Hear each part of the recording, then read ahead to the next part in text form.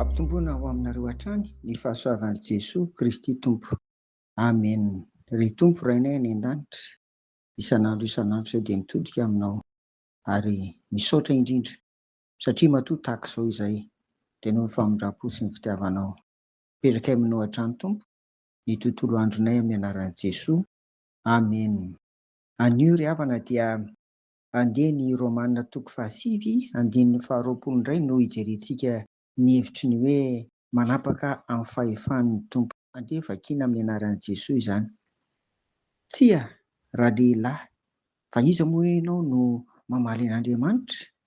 Izay zavatra noforonina va anao amin'izay namorona azy hoe nahoana ianao no nanao ahy toy izao? Amen. Ity andinin-tsoratra masina ity dia notakarin'i Paoly satria miresaka ny amin'ny vilany tany izy eto. Notovoziny tamin'ny resaka momba ny hoe mpanefy tanimanga. Izany dia hita ao amin'ny Isaia toko 7:20 andininy 1 manao hoe indre izato fahadalanareo. Moa mpanefy tanimanga va no hoeverina ho tahaka ny tanimanga? Ka ny natao va ilaza izay nanao azy hoe tsy nanao ahy izy? Na ny zavatra voaforona va ilaza izay namorona azy hoe tsy manam-pahalalana izy?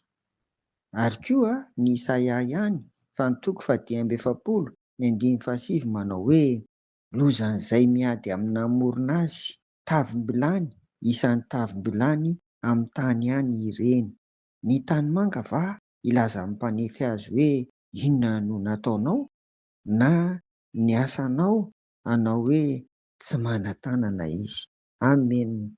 Raha ravina ireo andinin-tsoratra masina telo ireo ry havana dia manan-danja eto ny amin'ny hoe manapaka amin'ny fahefany tokoa Andriamanitra satria izao isika olombelona izay noforonina dia tsy afaka hiady amin'Andriamanitra, tsy afaka hangataka fanazavana amin'Andriamanitra hoe ahoana ny nataonao tahaka izao, ahoana ny nataonao lehilahy, ahoana ny nataonao vehivavy, ahoana ny nataonao fohy kely na mahia na matavy be sy ny sisa. Tsia, fa tsy manana mihitsika fanontaniana apetraka amin'Andriamanitra na sanatria hiady amin'Andriamanitra ny amin'izany fa ny tena zava-dehibe amintsika ry havana hanana fifaliana sy fiadanana dia izao maneke amin'izay nanaovan'ny Tompo anao.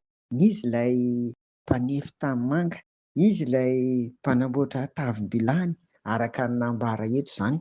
Isika olombelona dia io nataony mety aminao io izany, na lava orona, na petakorona, na ngita volo, na malama volo, tena mety aminao.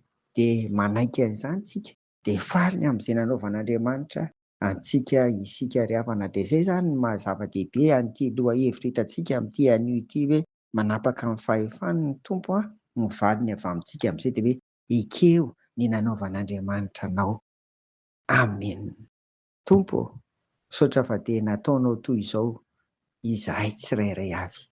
Omeo fifaliana, omeo fahasambarana, omeo fiadanana amin'izay nanaovanao anay tsirairay avy izay Tompo. Amin'ny anaran'i Jesosy. Amen.